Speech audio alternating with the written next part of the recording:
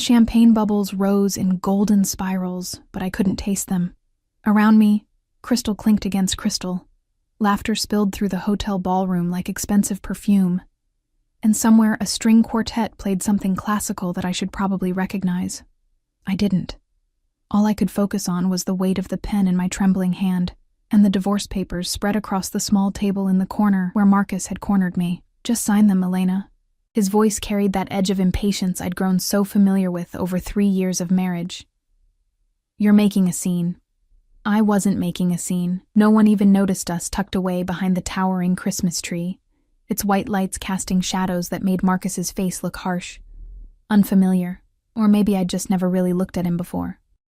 Maybe I'd been too busy trying to be enough, cooking his favorite meals, pressing his shirts, shrinking myself smaller and smaller until I was practically invisible. My fingers tightened around the pen. Black ink, silver barrel, such a small thing to end a marriage with. "It's Christmas," I whispered, hating how my voice cracked. "Couldn't this wait until what? Until you stop being so goddamn difficult?" Marcus leaned closer, and I caught the scent of his cologne mixed with something sharper, another woman's perfume probably. The same one I'd smelled on his collar for months. "I have plans tonight, Elena.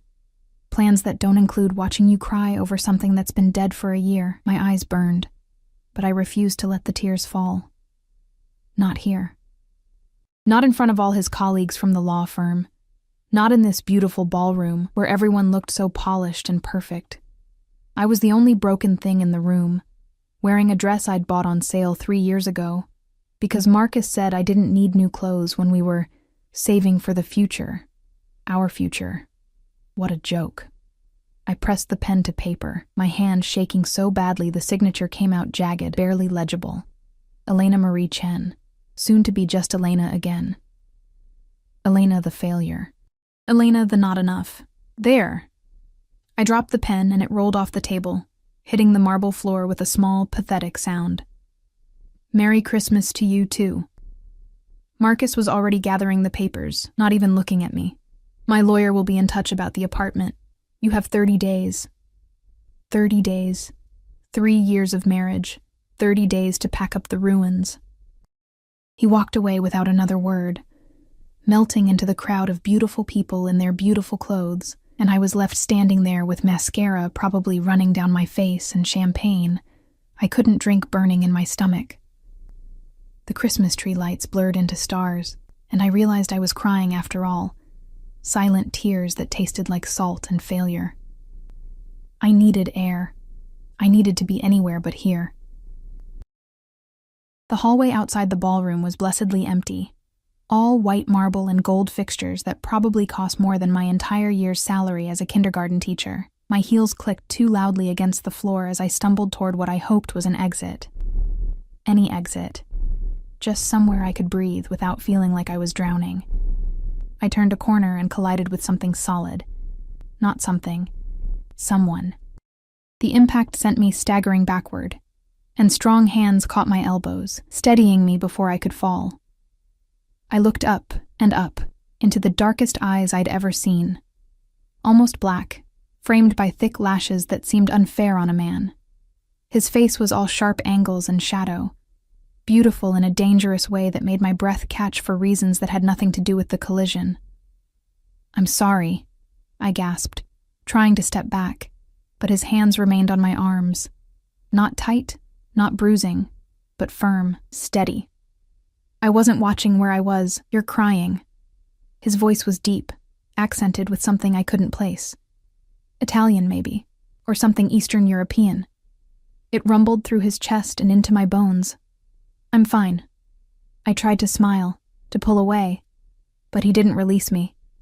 His thumb moved almost imperceptibly against my arm, and I became suddenly, viscerally aware that I was touching a stranger. A stranger who smelled like winter air and something darker. Leather and smoke and danger. He was tall, dressed in a suit that probably cost more than Marcus's car, black, perfectly tailored, with a dark gray shirt underneath that made his olive skin seem to glow. His hair was dark too, styled back but with one piece falling across his forehead. He looked like he belonged in a movie, Not in a hotel hallway at a Christmas party for lawyers and their wives. Ex-wives, I corrected myself bitterly. You're not fine. It wasn't a question. His eyes traced my face with an intensity that made me want to look away. But I couldn't. I was trapped in that dark gaze like a moth in amber. Who made you cry? No one. It's nothing. I finally managed to pull free, wrapping my arms around myself. The hallway suddenly felt cold despite the heating. Just a bad night. A bad night, he repeated, and something about the way he said it made those two simple words sound like a threat. Like he was cataloging the offense for future retribution. Behind him, two men appeared from around the corner, both large, both wearing dark suits that didn't quite hide the bulk beneath. Security, or bodyguards, or something else entirely. The man, because I didn't know his name, couldn't even begin to guess who he was, raised one hand in a subtle gesture, and the two men stopped immediately, fading back like shadows. That small movement told me more than words ever could. This wasn't someone who asked for things. He commanded them. I should have been afraid. I should have run. Instead, I stood frozen as he reached up and caught a tear on my cheek with his thumb. The touch so gentle it made my throat tighten all over again. What's your name? He asked. Elena. It came out as barely a whisper. Elena. He said it like a prayer, like a promise, like something sacred. I'm Dante. Just Dante. No last name. But the way those two men in the shadows straightened at the sound of his name told me everything I needed to know. This was someone important, someone powerful, someone I should absolutely stay away from. I should go, I managed, taking a step back. Then another. I'm sorry for bumping into you. I really should stay. Another command, soft but absolute. Have a drink with me. I can't. I need to. What? Go home to an apartment that wouldn't be mine in 30 days? Cry myself to sleep alone on Christmas? I really can't. His jaw tightened, and for a moment something flickered in those dark eyes. Frustration, maybe, or determination. You shouldn't be alone tonight. I'm always alone. The words slipped out before I could stop them, raw and honest and pathetic. I pressed my hand to my mouth, horrified. I'm sorry. I don't know why I said that. I should go. This time when I turned to leave, he didn't stop me. But I felt his gaze on my back like a physical touch, heavy and burning, following me all the way down the hallway until I turned the corner and finally, I could breathe again. The elevator ride down felt eternal. I watched the numbers descend, 10, 9, 8, each one taking me further from the ballroom, from Marcus, from the beautiful stranger with eyes like midnight, who'd touched my face like I was something precious instead of something discarded. The lobby was chaos. Hotel staff rushed around with trays and luggage. Guests checked in and out, and somewhere someone was arguing about a reservation in a loud, carrying voice. I pushed through the revolving door and out into the December night, where snow had started to fall in thick, wet flakes that immediately soaked through my thin dress. I'd left my coat inside, in the ballroom, draped over a chair near where Marcus had handed me divorce papers like they were nothing more than a business transaction. I couldn't go back. I'd rather freeze. The parking garage was 3 blocks away, and by the time I reached it, I was shivering so hard my teeth chattered. My heels had rubbed blisters on both feet, and my hair hung in wet strands around my face. I must have looked like a drowned rat as I fumbled for my keys with numb fingers. The car, a 12-year-old Honda Civic with a dent in the passenger door and an engine that coughed like it had pneumonia, was parked on the 3rd level. I'd circled for 20 minutes to find a spot because I couldn't afford valet parking.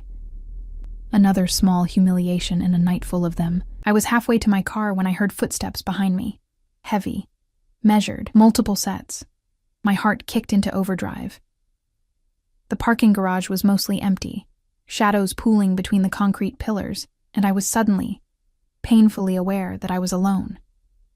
That no one knew I was here, that I could scream, and no one would hear. I walked faster, my keys clutched between my fingers like a weapon the way my father had taught me when I was 16. Almost there. Just a few more steps. Elena. I spun around and there he was. Dante, standing between two concrete pillars with those same two men flanking him, and behind them, a black SUV with windows so dark I couldn't see inside. The vehicle's engine hummed, a low purr that somehow sounded predatory. "How did you—" I started, but the question died on my lips. Of course he'd followed me. The real question was why. He moved toward me, and I instinctively stepped back until my spine hit my car. Trapped. The word echoed in my head like a warning bell. "You're shaking." He shrugged out of his suit jacket and draped it around my shoulders before I could protest. The fabric was warm from his body heat, and it smelled like him, that intoxicating mixture of winter and danger that made my head spin. "You followed me." My voice came out steadier than I felt. "Yes." No apology, no explanation.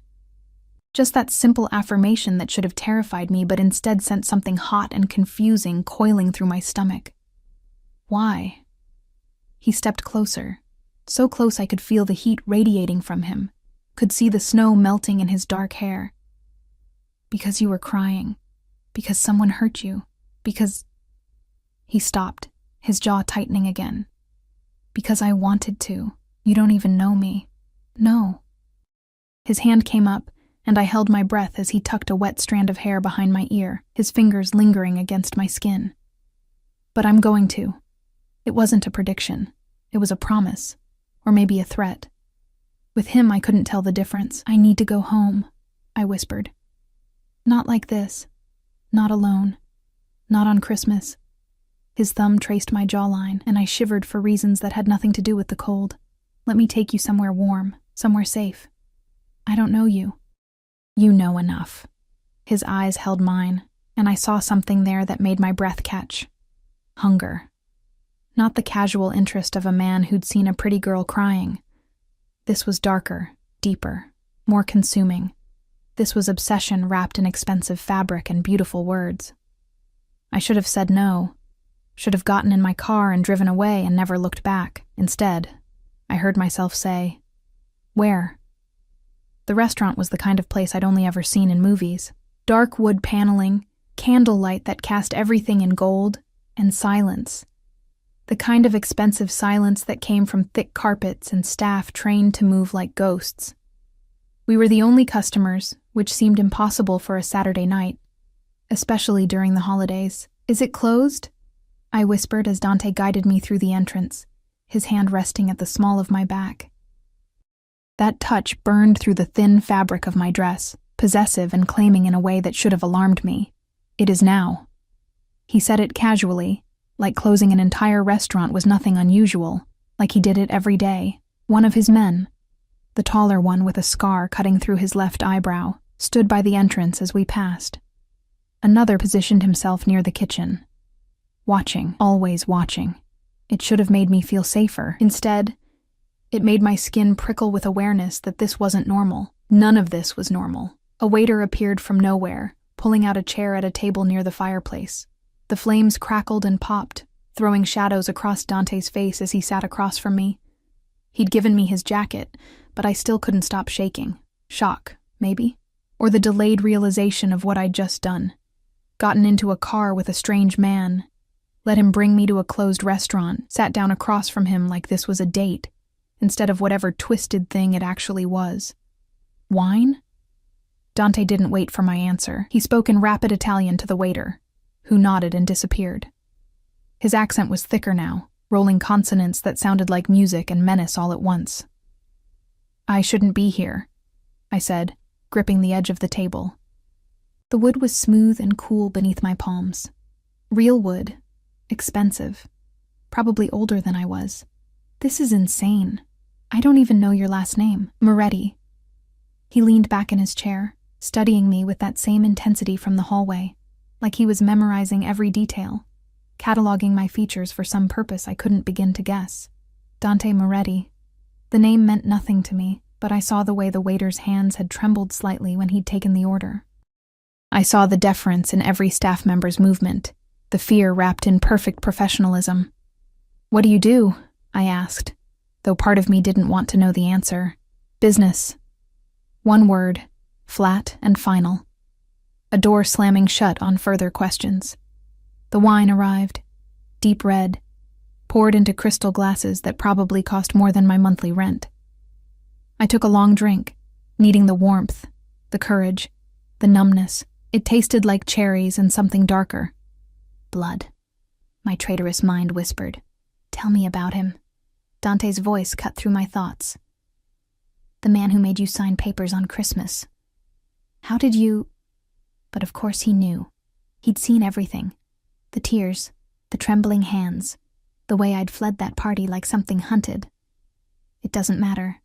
It's done. His name. It wasn't a request.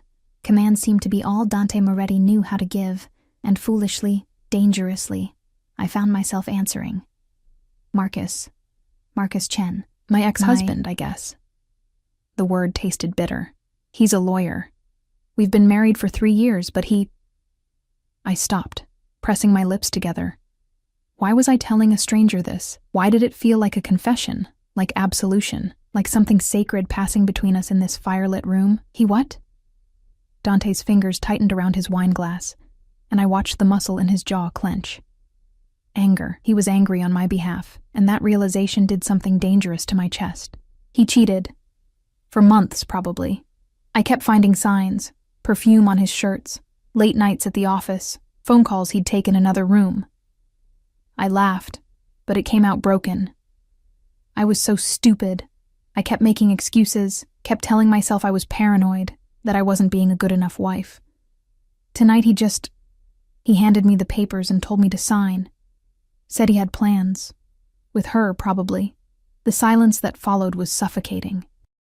Dante didn't move, didn't speak, but something had shifted in the air between us. Something dark and volatile that made my pulse race. You weren't stupid, he said finally, each word precise and controlled. Too controlled. You were loyal. There's a difference. Loyalty didn't save my marriage. No. He leaned forward, and the candlelight carved his features into something almost cruel, almost beautiful, but it tells me everything I need to know about you. And everything I need to know about him. The way he said it made ice slide down my spine, like he was making calculations, drawing conclusions, planning something I couldn't see. I took another drink of wine, trying to calm my racing thoughts. Why did you follow me? I asked again, needing to understand. Why am I here? You could have anyone. You're clearly... I gestured vaguely at the closed restaurant, the security, the expense of everything. Important. Powerful. Why would you care about some nobody crying in a hallway? You're not nobody. He said it with such absolute certainty that I almost believed him. And I followed you because the moment you looked at me with those sad eyes, I knew I couldn't let you walk away. I knew... He stopped, seeming to struggle with something. I knew you were supposed to be mine. The possessiveness in those words should have sent me running. Instead, heat flooded through me, pooling low in my belly. This was wrong. Insane. I'd just signed divorce papers 2 hours ago, and here I was, sitting across from a dangerous stranger who looked at me like I was something he wanted to devour. You don't know me, I repeated weakly. I will. Another promise. Another threat. Starting now. Tell me about yourself, Elena, everything. So I did. Maybe it was the wine, or the warmth of the fire after freezing in the snow, or the way he listened like every word I spoke mattered. I told him about growing up in a small apartment in Queens, with parents who worked 3 jobs between them to keep food on the table. About becoming a teacher because I loved children, loved their honesty and wonder, and the way they saw magic in everything. About meeting Marcus in a coffee shop 5 years ago, and thinking he was my fairy tale, successful, charming, everything my mother had wanted for me. About how slowly, steadily, that fairy tale had turned into a cage. He wanted me to quit teaching, I heard myself say, staring into my wine glass. Said it wasn't worth the stress for what I made. That I should focus on supporting his career instead. Making connections at firm parties, hosting dinners for his colleagues, being the perfect wife. I laughed bitterly. Turns out I failed at that too. You didn't fail. Dante's hand shot across the table, catching mine before I could pull away. His grip was firm, almost painful, and his eyes blazed with something that stole my breath. He failed you. He took something precious and treated it like garbage. That's his failure, not yours. Tears burned again, but I blinked them back. I'd cried enough tonight. Why do you care? We met an hour ago. Because... He stopped, his thumb stroking across my knuckles in a gesture that felt both comforting and claiming. Because I recognize something in you. Something that calls to me, and I protect what's mine. I'm not yours. Not yet. His smile was dangerous, predatory. But you will be. Food arrived. Dishes I couldn't name, each one more beautiful than the last. Risotto that gleamed like pearls, meat so tender it fell apart at the touch of a fork, vegetables roasted with herbs I'd never heard of. I'd barely eaten all day, and hunger took over, embarrassing me as I devoured plate after plate, while Dante watched with satisfaction. "Good girl," he murmured when I finished the risotto, and those two words sent electricity racing across my skin. "You need to eat. You're too thin." No one had cared about whether I ate in years. Marcus had always been too busy, too focused on his own needs. And my parents worked such long hours that family dinners had been rare, rushed affairs. But Dante watched me like it mattered. Like I mattered. "Tell me about your family," I said, desperate to shift the attention away from myself. His expression shuddered immediately, walls slamming down behind his eyes. "They're dead." The blunt statement hit me like a physical blow. "I'm sorry. I didn't mean to." It was a long time ago. He drained his wine glass, and for a moment I saw something raw flicker across his face. Pain, maybe. Or rage. My father was... ambitious. It got him killed. My mother and sister were collateral damage. That's horrible. I reached across the table without thinking, covering his hand with mine. "How old were you?" 17. He looked down at our joined hands, and something softened in his expression. Old enough to take over, old enough to make sure everyone involved paid for what they did. The words should have terrified me, should have confirmed every suspicion building in my mind about who and what Dante Moretti really was. Instead, I felt a strange kinship with the boy who'd lost everything, who'd had to become hard and dangerous to survive. "You rebuilt," I said softly. "You survived." I did more than survive. His fingers threaded through mine, holding tight. I became what my father never could. Stronger, smarter, more ruthless. I made sure no one would ever dare touch what belongs to me again. That possessiveness again, wrapping around me like silk chains. I should pull away, should leave, should go back to my empty apartment and my empty life and forget this night ever happened. But Dante's hand was warm around mine, and his eyes held promises of things I didn't dare name. And for the first time in 3 years, maybe longer, I felt seen, wanted, protected. Even if the protection came wrapped in danger.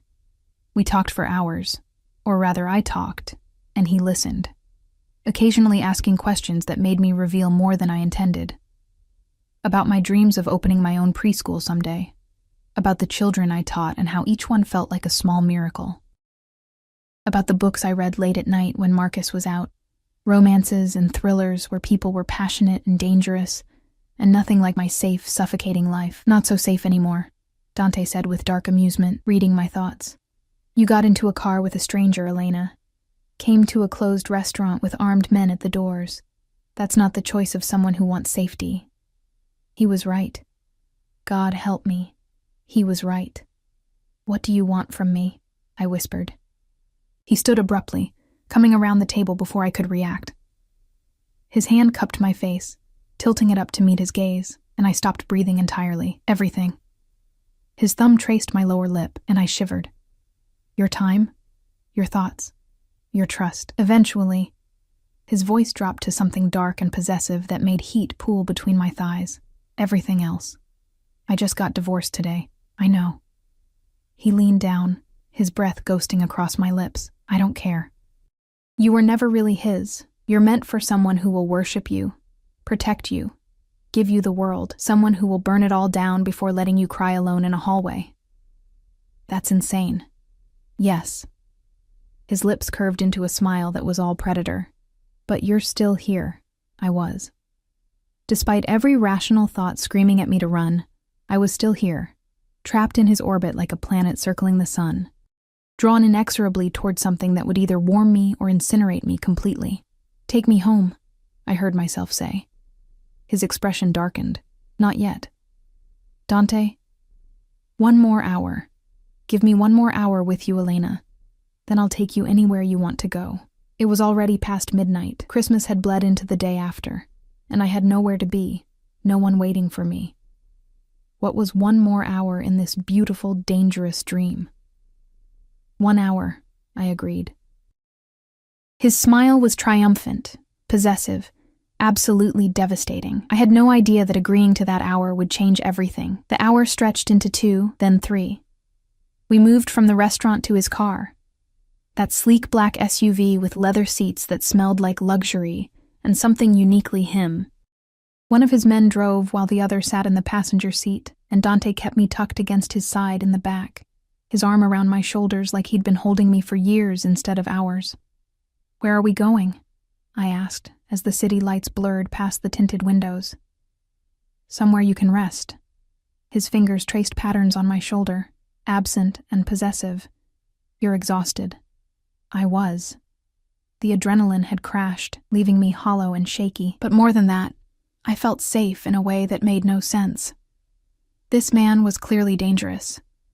The guns I'd glimpsed under his men's jackets, the way people moved out of his path, the closed restaurant, and the deference and the cold authority in every word he spoke. I should be terrified. Instead, I let my head rest against his chest and listened to the steady rhythm of his heartbeat. The building we pulled up to was in Tribeca, all glass and steel and doormen in uniforms. The penthouse, naturally. Dante's hand stayed at my back as we rode the private elevator up, his touch burning through my dress. When the doors opened directly into his apartment, I forgot how to breathe. Floor-to-ceiling windows overlooked Manhattan. The city spread out like a carpet of diamonds. The space was enormous, sleek furniture in blacks and grays, abstract art on the walls that probably cost more than I'd make in a lifetime, a kitchen that looked like it belonged in a magazine. But it was the view that held me captive, all those lights stretching endlessly into the night. "It's beautiful," I whispered. "Yes." But when I glanced back, Dante was looking at me, not the view. "Sit. I'll get you something warm to drink." I sank onto the leather couch, my blistered feet screaming with relief as I slipped off my heels. The coffee table held a few books, business journals, a novel in Italian, something that looked like poetry, personal touches in an otherwise impersonal space. Dante returned with 2 mugs of hot chocolate, rich and dark with a hint of cinnamon. He'd removed his tie and rolled up his shirt sleeves, revealing forearms corded with muscle and marked with scars, evidence of a life lived harder than the penthouse suggested. "Thank you," I said, wrapping my hands around the mug. The warmth seeped into my bones. He sat beside me, too close, but I didn't move away. Couldn't move away. His presence was magnetic, overwhelming, and I found myself leaning into it like a flower turning toward the sun. "Tell me about your apartment," he said. "The one you're losing." I laughed bitterly. "It's nothing like this. Studio in Hell's Kitchen, 4th floor walk-up. The heat barely works, and my neighbor plays saxophone at 2 a.m. But it was mine. Or I thought it was. The reality crashed over me again. Marcus kept it in his name. Everything was in his name. The apartment, the car, even our bank account. He said it was easier that way, for taxes or something. I was so stupid. Stop calling yourself stupid. Dante's voice went hard. He manipulated you, isolated you, made sure you had nothing so you'd have no choice but to stay. That's not stupidity, Elena. That's abuse. The word hung between us, heavy and true. I'd never let myself think it before, but hearing Dante say it made something crack open in my chest. Marcus had been careful. No bruises, no marks, nothing anyone could point to. Just a steady erosion of my independence, my confidence, myself, until I was barely recognizable. "I need to find a place," I said, pushing past the ache. "I have 30 days, but on my salary, I trailed off, doing the math I'd been avoiding all night. First month, last month, security deposit. Even a studio in a bad neighborhood would take most of my savings." I'll figure it out. No. Dante set down his mug with deliberate precision. You'll stay here. I choked on my hot chocolate. What? No. I can't. That's insane. We just met. I have 5 bedrooms. 4 of them are empty. His tone brooked no argument. You need a place to stay. I have space. It's logical. It's not logical. It's crazy. You don't let strange women move into your penthouse because they're having a bad day. You're not strange. You're mine. He said it with such casual certainty that my breath caught. And I take care of what's mine, Elena.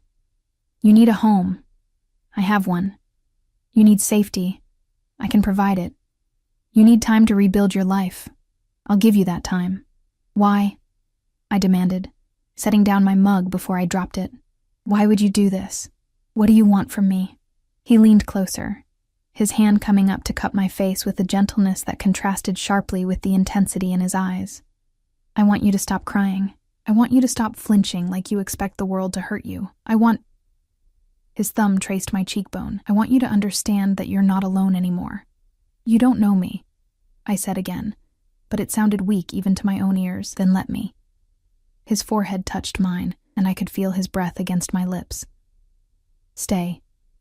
Not forever. Not even for long if you don't want to. But stay until you figure out what comes next. Stay where I can keep you safe. Every rational part of my brain screamed at me to refuse, to leave, to go back to my dying car, and my saxophone-playing neighbor, and my safe, predictable life where strange men didn't offer me penthouses and protection wrapped in possession. But I was so tired of being rational. So tired of being careful and small and grateful for scraps. 1 week, I heard myself say. I'll stay for 1 week while I look for a place. Dante's smile was slow and satisfied, like he'd just won something far more significant than a temporary houseguest. 1 week. He showed me to one of the guest rooms, enormous, with its own bathroom and a bed that looked like a cloud. He gave me one of his shirts to sleep in, since all my clothes were back at the apartment I apparently no longer had rights to. Sleep, he commanded, pausing in the doorway. We'll deal with everything else tomorrow, but I couldn't sleep. I lay in that massive bed, wearing his shirt that smelled like him, and stared at the ceiling trying to process everything that had happened. Divorce papers, a collision in a hallway, a closed restaurant and hot chocolate, and a penthouse overlooking Manhattan. A man who looked at me like I was precious instead of disposable. My phone buzzed. Marcus. I almost didn't answer, but some masochistic part of me needed to know. What? My voice came out cold, unfamiliar. Where are you? He sounded annoyed. I went by the apartment to get some things and you're not there. You went by the apartment you're kicking me out of. How thoughtful. Don't be dramatic, Elena. I need to know where you are. For the lawyer. For the settlement. I'm somewhere safe. Safer than I'd been in years. Protected by a man who'd followed me into a parking garage because I was crying. You'll hear from me when I'm ready. Elena. I hung up. Then I blocked his number, and Sarah's number, his affair partner, who I'd been too cowardly to confront, and everyone else who belonged to that old life. The life where I was small and quiet and grateful. When I finally slept, I dreamed of dark eyes and dangerous promises, and hands that held me like I was something worth protecting. I woke to sunlight streaming through unfamiliar windows, and the smell of coffee. For one disoriented moment, I couldn't remember where I was. Then it all came rushing back. The party, the papers, Dante. I stumbled out of bed, still wearing his shirt, and followed the coffee smell to the kitchen. Dante stood at the counter, dressed in dark slacks and a white shirt that somehow made him look even more dangerous in daylight. He was on the phone, speaking rapid Italian in a tone that made ice creep down my spine. He saw me, and his expression shifted immediately, softening.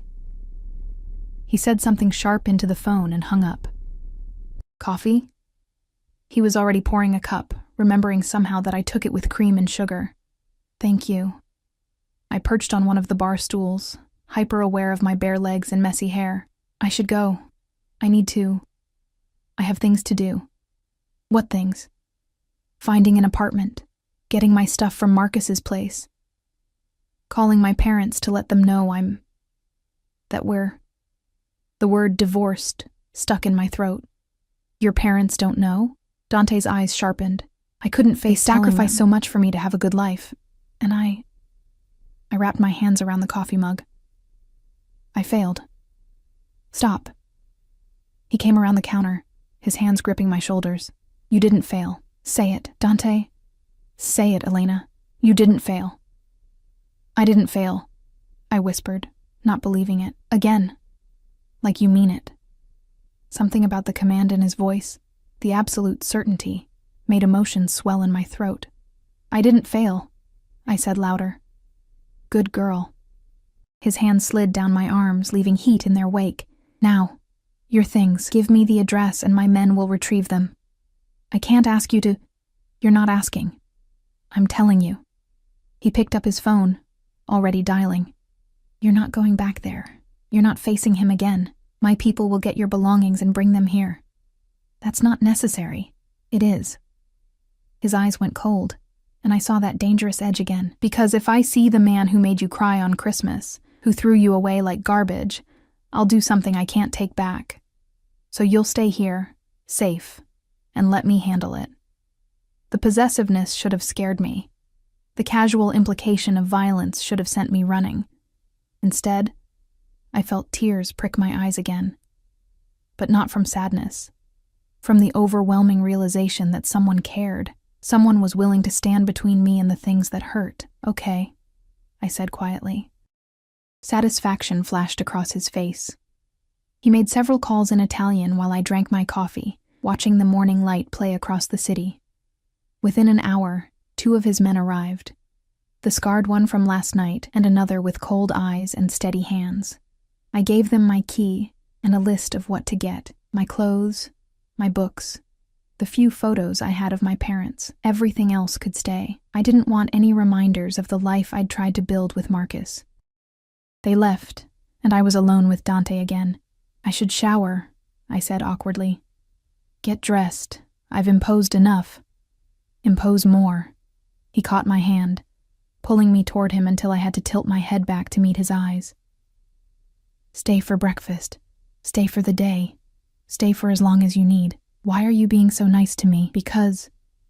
He seemed to struggle with something, his jaw clenching. Because you deserve it. Because when I saw you crying, something in me recognized something in you. Because I've built an empire, Elena, but it's empty. And you make it feel less empty. The confession hung between us, raw and honest. I reached up without thinking, my hand cupping his face the way he'd done to me. He leaned into the touch, his eyes closing briefly. I'm broken, I whispered. I'm freshly divorced and broke, and I have nothing to offer you. His eyes opened, blazing with an intensity that stole my breath. You're not broken. You're surviving. And you have everything to offer me. Your time, your presence, your trust. That's all I want. That's all? I tried to smile, to lighten the moment. Not very ambitious for someone who apparently owns half of Manhattan. Oh, I'm very ambitious. His thumb traced my lower lip again, that same gesture from last night that made heat pool low in my belly. But I'm also patient. I can wait for the rest. The rest. Everything he'd promised over risotto and wine. Everything his eyes kept saying, even when his words stayed careful. Breakfast, I managed, stepping back before I did something stupid like kiss him. You mentioned breakfast. His smile was knowing, satisfied, like he could read every thought in my head. Get dressed. I'll make pancakes. You cook? I have many talents, Elena. The way he said it, dark and promising, made me shiver.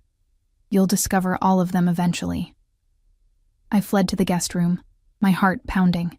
This was insane. All of it. But as I showered in his luxurious bathroom and put on his shirt again because I had nothing else, I couldn't bring myself to care about sanity. For the first time in years, I felt alive. The days blurred together in a way that felt like falling, or maybe flying. I couldn't tell the difference anymore. Dante's men brought my belongings that first afternoon, everything packed in neat boxes that they carried up without a word. I sorted through my old life in his guest room, separating what mattered from what didn't, and realized how little had actually been mine. Clothes I'd bought on clearance, books with broken spines, a jewelry box my mother had given me for my 18th birthday, empty except for the wedding ring I'd already removed. I threw the ring away. Dante worked from home most days, taking calls in Italian and sometimes Russian, his voice carrying that cold authority that made even his people flinch. But with me, he was different, softer. He made me breakfast every morning, pancakes, omelets, French toast that melted on my tongue. He asked about my day, my students, my dreams. He listened like every word mattered. And slowly, dangerously, I stopped questioning it. On the third day, he took me shopping. I protested. I couldn't afford new clothes, couldn't accept more from him when I'd already taken so much. He simply looked at me with those dark eyes and said, "You need a winter coat. The one you had wouldn't keep a cat warm." We went to stores where assistants called him Mr. Moretti with reverent fear, where they brought champagne and closed sections just for us. His security followed at a discreet distance, always watching, and I tried not to think about why a businessman needed armed guards. Try this one. Dante held up a cashmere coat in deep burgundy, and when I put it on, his eyes darkened with approval. Perfect. "It's too expensive. It's perfect," he repeated, and that was the end of the discussion. He bought the coat, and 3 others, and dresses I'd never have anywhere to wear, and boots that cost more than my monthly salary. When I tried to refuse, he leaned close and whispered, "Let me take care of you, Elena. Let me give you the things you deserve." So I did. God help me, I did. That night, we ate takeout on his couch, Chinese food from containers, nothing fancy, and it was somehow more intimate than the closed restaurant. His arm draped over my shoulders as we watched a movie, and I let myself sink into his warmth, his strength, the steady presence that made me feel safe in a world that had proven itself anything but. "Tell me about your business," I said during a commercial break. His body tensed slightly. "What do you want to know?" "What you do." "Import, export, real estate." "You never really said." "Import and export," he said carefully. "Among other things. Family business, passed down from my father." "The father who died when you were 17. "Yes," his fingers traced patterns on my shoulder, absent and soothing. "I rebuilt what he lost, made it stronger, made sure we'd never be vulnerable again." There was something he wasn't saying, something lurking beneath the surface. But when I opened my mouth to ask, he kissed my temple and changed the subject. "Your school's winter break ends next week," he said. "You'll go back to teaching." It wasn't a question, but I nodded. "I love my job. The kids, they're the best part of my day." "Good." His hand tightened on my shoulder. "You should do what makes you happy, but I'll have Marco drive you." "Marco?" "My driver. The one who brought us here that first night." Dante's tone shifted, becoming harder. "You're not taking the subway anymore, Elena. Not alone." "That's ridiculous. I've taken the subway for years, and now you don't have to."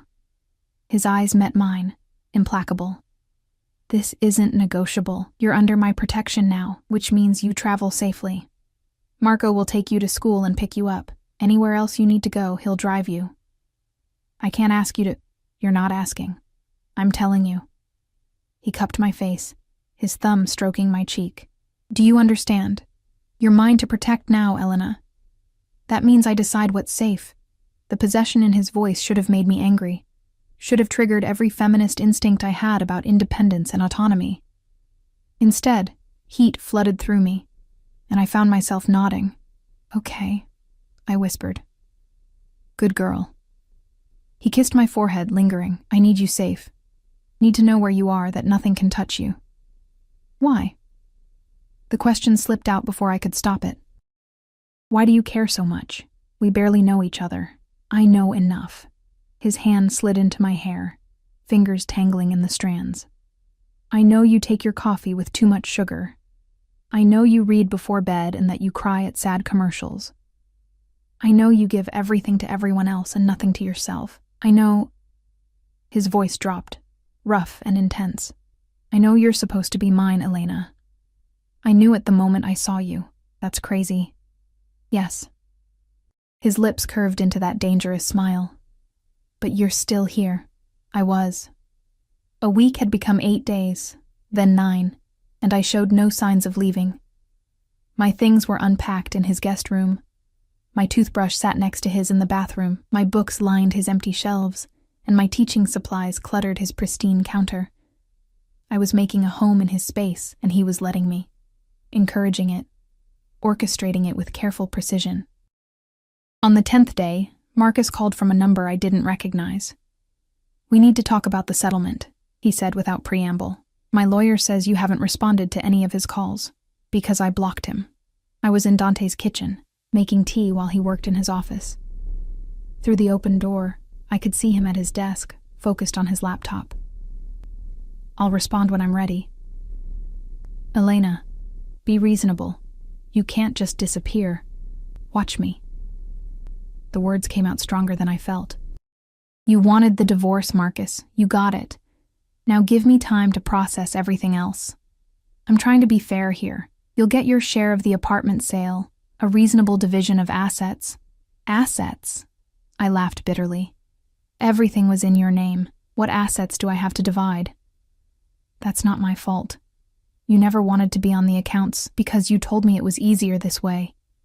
You convinced me that—" I stopped, took a breath. I wouldn't let him gaslight me anymore. "We'll handle this through lawyers. Don't call me again." I hung up, my hands shaking with anger, and something that felt like triumph. For the first time, I'd stood up to him, refused to be steamrolled by his reasonable tone and careful manipulation. "Good." Dante's voice came from behind me, and I turned to find him leaning against the doorframe. His eyes were dark with approval. "You're learning your worth." "I'm trying." I set down my phone. "He wants to settle, divide everything." "Everything he stole from you, you mean?" Dante crossed to me, his hand settling on my waist. "What do you want, Elena? From the divorce? From him? What would make this right?" "I don't know. My share of the apartment, I guess. Enough to start over." I looked up at him. "I don't want to take him for everything. I just want to be free." Something flickered in his eyes. Respect, maybe, or something darker. "You're too forgiving." "Maybe. But I don't want to be bitter. I don't want to become someone angry and twisted." I touched his face, feeling the slight stubble beneath my palm. "I just want to move forward, then we'll make sure you can." He pulled out his phone. "I know lawyers, good ones. They'll handle everything." "Dante, I can't afford. They work for me," he said simply. "Consider it a favor. Another favor." I tried to smile. "I'm racking up quite a debt." "No debt." His hands tightened on my waist, possessive. "Everything I give you is freely given, Elena. No strings, no expectations, except—" He paused, his eyes searching mine. "Except that you stay, that you let me keep you safe. For how long?" "As long as you'll let me." He leaned down, his forehead touching mine. "Ideally?" "Forever." Forever. The word hung between us, terrifying and tempting. I'd promised forever to Marcus, and look how that ended. But this felt different. Dante felt different. Solid and real and utterly certain in a way that made my breath catch. "I scare you," he said, reading my expression. "Yes." "Good." His thumb traced my lower lip. "You should be scared. I'm not a good man, Elena. I've done things that would make you run if you knew. But with you—" He stopped, seeming to struggle with the words. "With you, I want to be better. Want to be worthy of the way you look at me. How do I look at you? Like I'm not a monster." His voice went rough. "Like I'm someone who could be saved." "Maybe you are. Don't." He pulled back slightly, his expression hardening. "Don't make me into something I'm not. Don't romanticize what I do, who I am. I can give you safety, protection, everything you need. But I can't be your hero, Elena. I'm not built for that. Then what are you built for?" His eyes burned into mine. "Keeping you. Protecting you. Making sure nothing ever hurts you again. That's what I'm built for. That's what I'm good at." The intensity in his words made heat flood through me. This wasn't a fairy tale. This wasn't some romance where the broken girl fixed the dangerous man with her love. This was something darker, more primal. This was two people recognizing something in each other and refusing to let go. Okay, I said softly. Okay? Okay, I'll stay. Not forever. I can't promise forever, but for now. Until I figure out what comes next. Triumph flashed across his face, quickly hidden but unmistakable. For now is enough. He kissed me then, finally, after days of careful distance and restrained touches. His lips were firm and demanding, and I melted into him with a gasp. His hand fisted in my hair while the other splayed across my lower back, pulling me flush against him. I could feel his heart pounding, matching the frantic rhythm of my own. When he pulled back, we were both breathing hard. I've wanted to do that since I saw you crying in that hallway, he admitted roughly. Then why didn't you? Because you weren't ready. Because you needed time to trust me, to understand that I'm not like him. That I'll never... His jaw clenched. That I'll never make you feel small or invisible, or less than you are. And what am I? I needed to hear it, needed to understand how he saw me. Everything. He said it with such absolute certainty that tears pricked my eyes. You're everything, Elena, and I'll prove it to you every day for as long as you let me. That night, I didn't sleep in the guest room.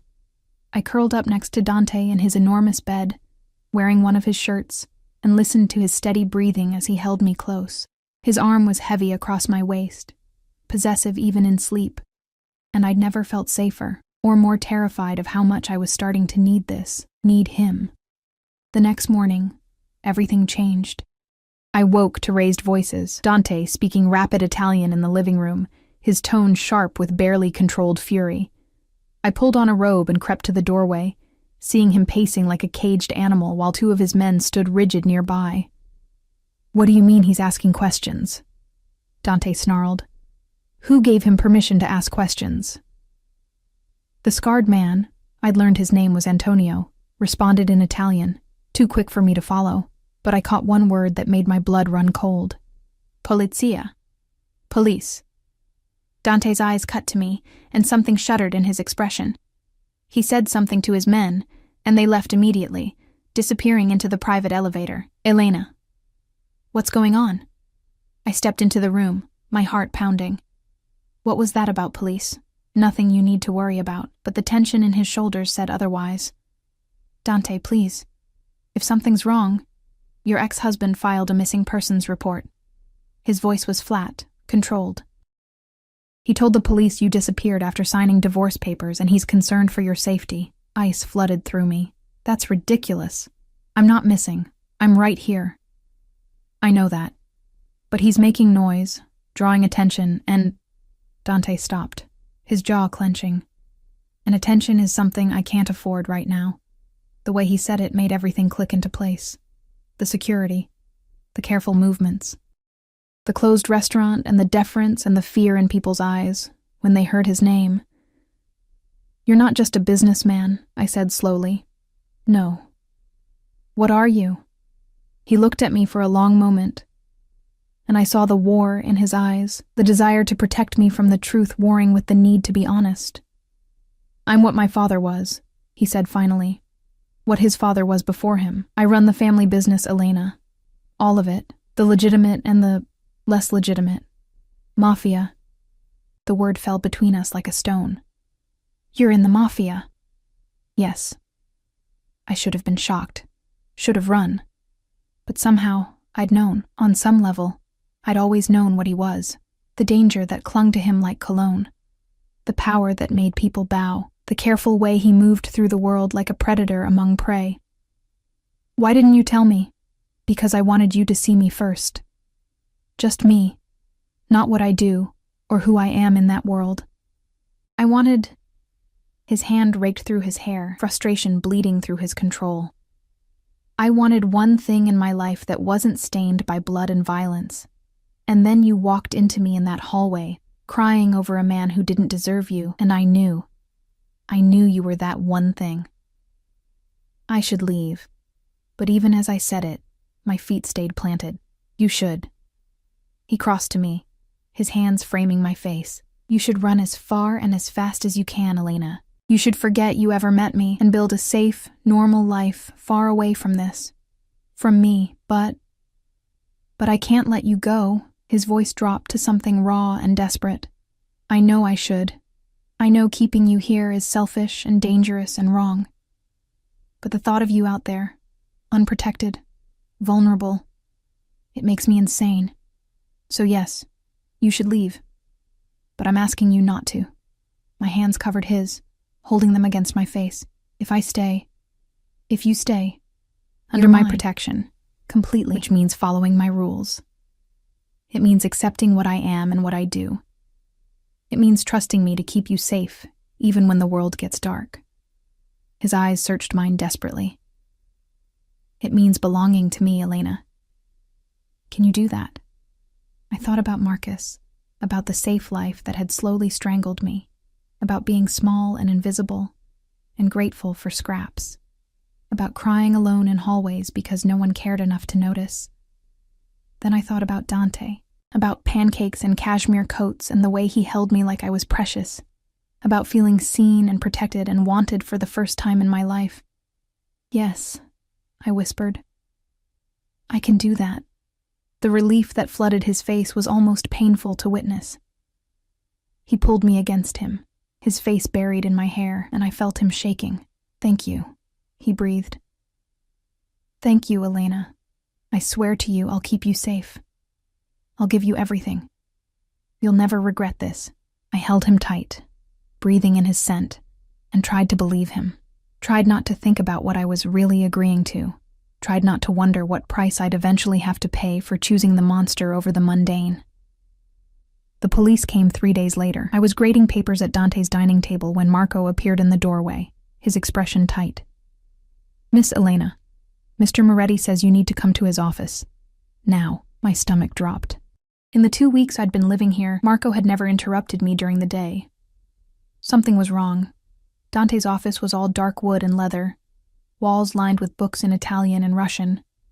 He stood by the window, phone pressed to his ear, speaking in rapid-fire Italian that sounded like threats. When he saw me, he ended the call immediately. The police are downstairs, he said without preamble. They want to speak with you about Marcus's missing persons report. What do I tell them? The truth. He crossed to me, his hand settling on my shoulders. That you left voluntarily after the divorce. That you're staying with a friend. Don't mention my name unless they ask directly. And if they do, tell them we met at the Christmas party and I offered you a place to stay. Nothing more. Okay. My heart hammered against my ribs. Elena. He tilted my face up to meet his eyes. This is important. They can't know about us, about what we are to each other. It's too dangerous right now. Can you do that? Yes. Good girl. He kissed me quickly, fiercely. Antonio will be with you the entire time. If they ask anything that makes you uncomfortable, you end the interview. Understand? I nodded. Even though fear was crawling up my throat, this was real. The danger he'd warned me about, the darkness of his world, it was here, in this pristine penthouse, threatening to swallow me whole. The detectives were waiting in the lobby. A woman in her 40s with kind eyes, and a younger man who looked bored. Antonio stood against the wall, watching everything with predatory stillness. Mrs. Chen? The woman extended her hand. I'm Detective Martinez. This is Detective Foster. We just need to ask you a few questions about your whereabouts over the past 2 weeks. It's Ms. Chen now, I said, shaking her hand. Or just Elena.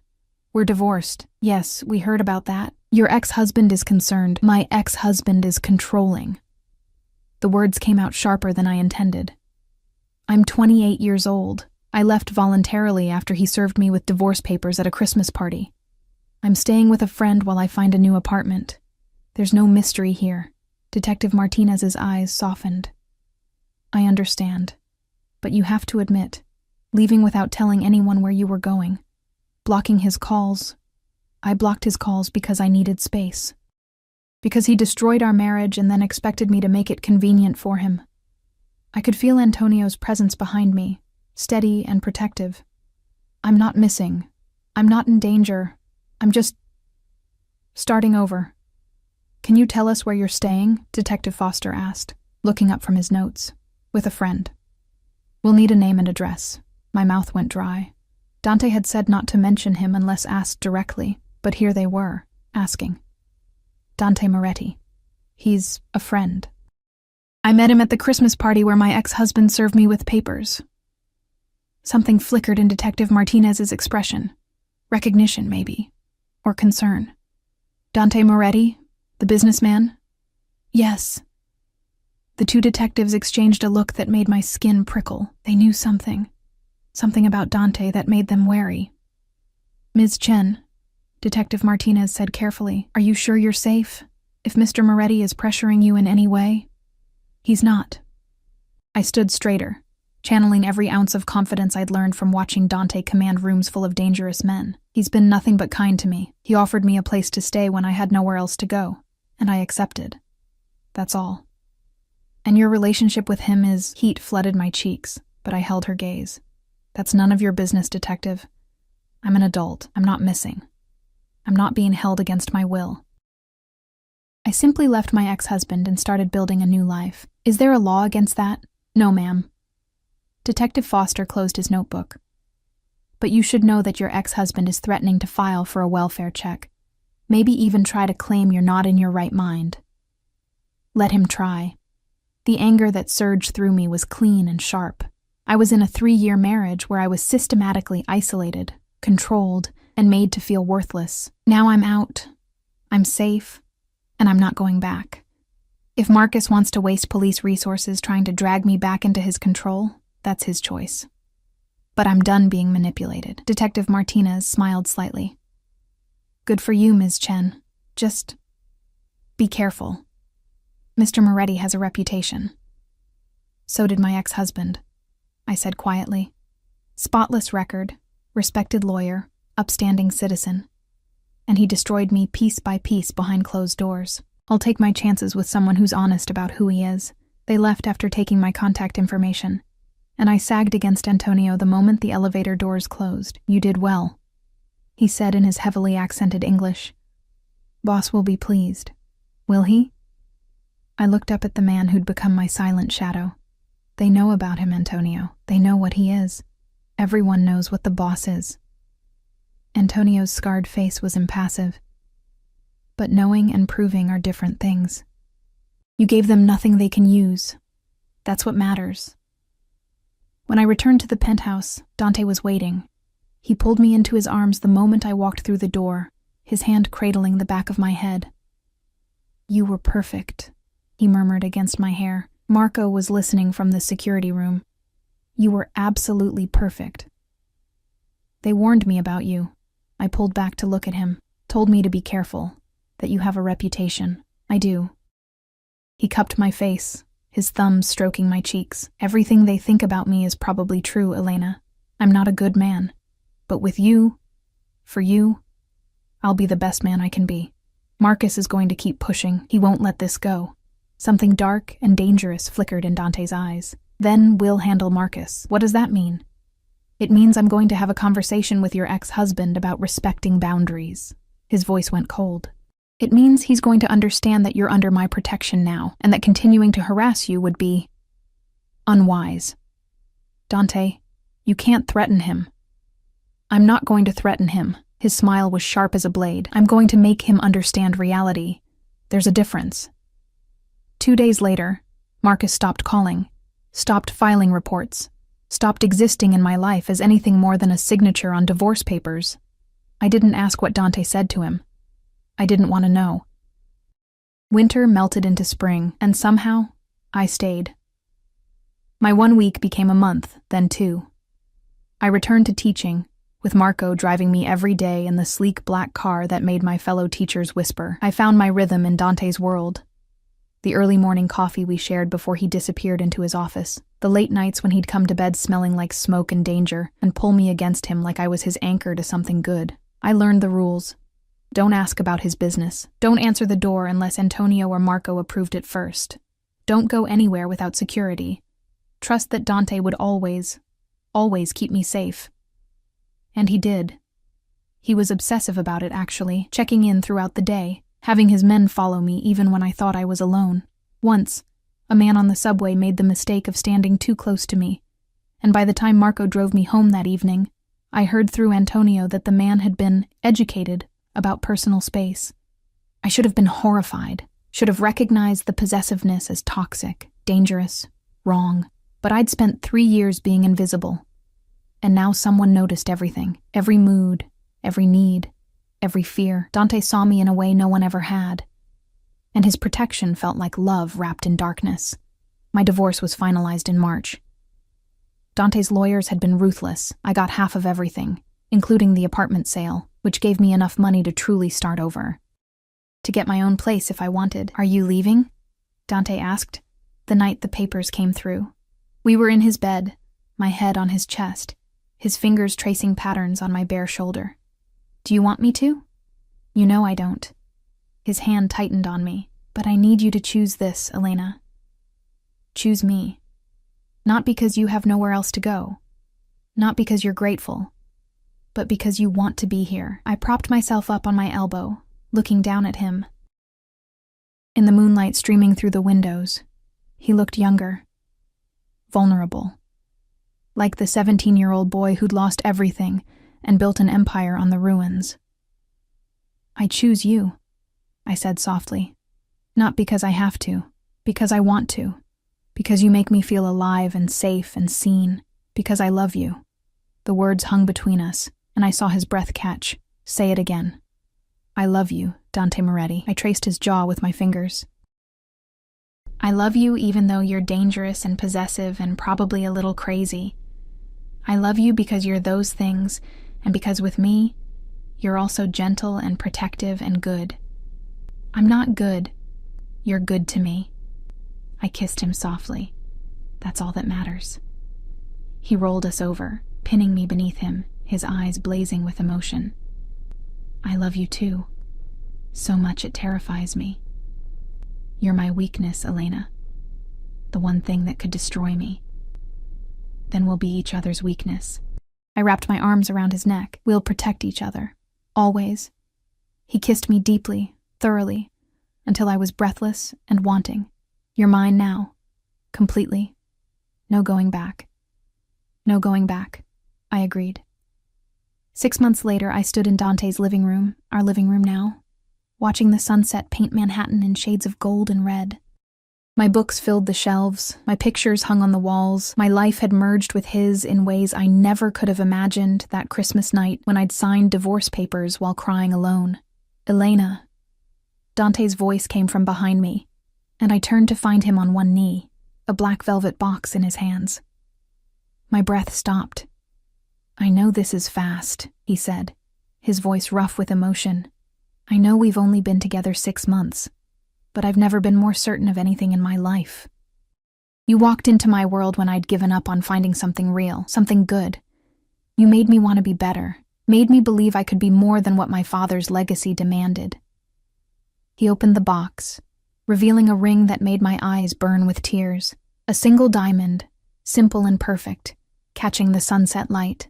"Marry me, Elena, not because you have to, not because you're grateful, but because you choose this. Choose me. Choose us."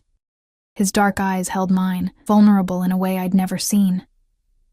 "Let me spend the rest of my life protecting you, loving you, proving that choosing the monster over the mundane was the right choice." I dropped to my knees in front of him, framing his face with my hands.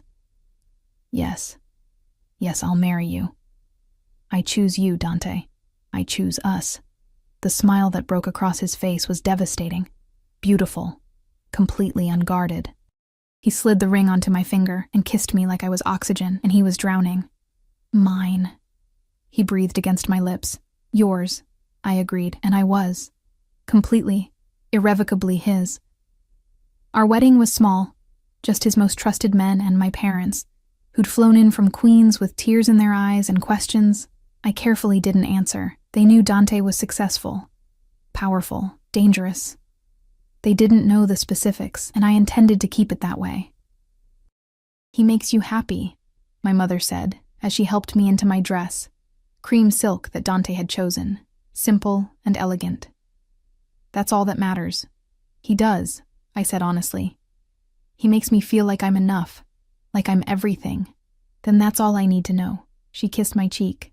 "Be happy, my Elena. That's all we ever wanted for you." The ceremony was held in the penthouse, overlooking the city that had witnessed our beginning. Antonio stood as Dante's best man, and as I walked toward my soon-to-be husband, I saw the naked emotion on his face. Love, possession, devotion. Everything I'd ever wanted wrapped in a dangerous package.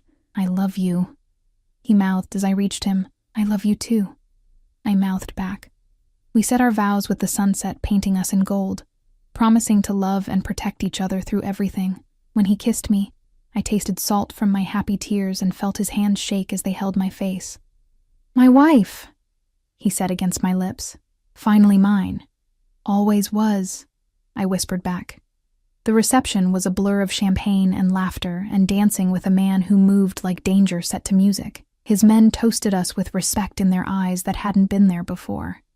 I wasn't just the boss's girl anymore.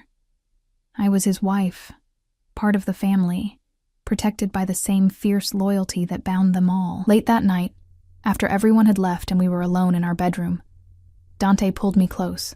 Thank you, he said into my hair. For what? For seeing me, the real me, not just the monster everyone else sees, for choosing this life, this world, me. His arms tightened around me. For being brave enough to sign those divorce papers and walk into that hallway and collide with me. For being mine. I tilted my head back to look at him. Thank you for following me into that parking garage. For not letting me drive away alone. For seeing that I was drowning and pulling me out. I'd drown the world for you, he said simply. Burn it all down if it meant keeping you safe. I know. And I did. I understood the depth of his obsession, his protection, his love. It was consuming and dangerous, and probably unhealthy by normal standards, but we'd never been normal. Any regrets? He asked, vulnerability flickering in his eyes. I thought about Marcus, about the woman I'd been a year ago, small and invisible and grateful for scraps. I thought about crying alone in a hallway at a Christmas party while signing papers that ended a marriage that had been dead for years. Then I looked at the man who'd followed me into darkness, who'd given me light, who'd taught me that being seen and loved and protected was worth any price. Not a single one, I said honestly. His smile was slow and satisfied and utterly devastating. Good. Because you're stuck with me now, Mrs. Moretti. No escape. Who said I wanted to escape? No one. He kissed me deeply, but I needed to hear you say it. We made love slowly that night, his hands worshipping every inch of skin, his voice rough with emotion as he told me everything I meant to him. And afterward, as I lay in his arms listening to the steady beat of his heart, I thought about choices, about how life could turn on a single moment. A collision in a hallway, a stranger's dark eyes, a decision to stay instead of run. About how sometimes the monster wasn't the one you should fear, but the one who'd protect you from all the others. About how love didn't always look the way fairy tales promised, but that didn't make it any less real. I'd walked into that Christmas party expecting nothing more than another night of being invisible. I'd walked out divorced, heartbroken, and completely alone. And then I'd collided with Dante Moretti, and everything changed. He was dangerous, possessive, obsessive in his protection and fierce in his love. He was everything I shouldn't want, wrapped in expensive suits and dark promises. But he was mine, and I was his, and that was enough. More than enough. It was everything. Outside, snow began to fall. The first snow of the season, a year after that night when I'd signed papers and run into a hallway, and straight into the arms of the man who would become my everything. I watched the flakes drift past our windows, coating Manhattan in white, making the city look clean and new. What are you thinking about? Dante murmured sleepily. Second chances? I said softly. And how sometimes the best things come from the worst moments. Like crying in a hallway at a Christmas party? Like crying in a hallway at a Christmas party, I agreed. He pulled me closer, his warmth surrounding me like a shield. Best moment of my life, finding you there. Mine too, I admitted. And it was true. All of it. The danger, the darkness, the obsessive protection and fierce possession. I chose it all.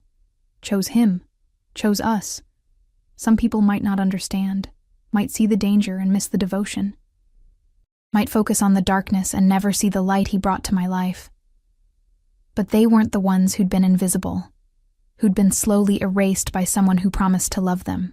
They weren't the ones who'd been seen, truly seen, for the first time by eyes that promised to never look away.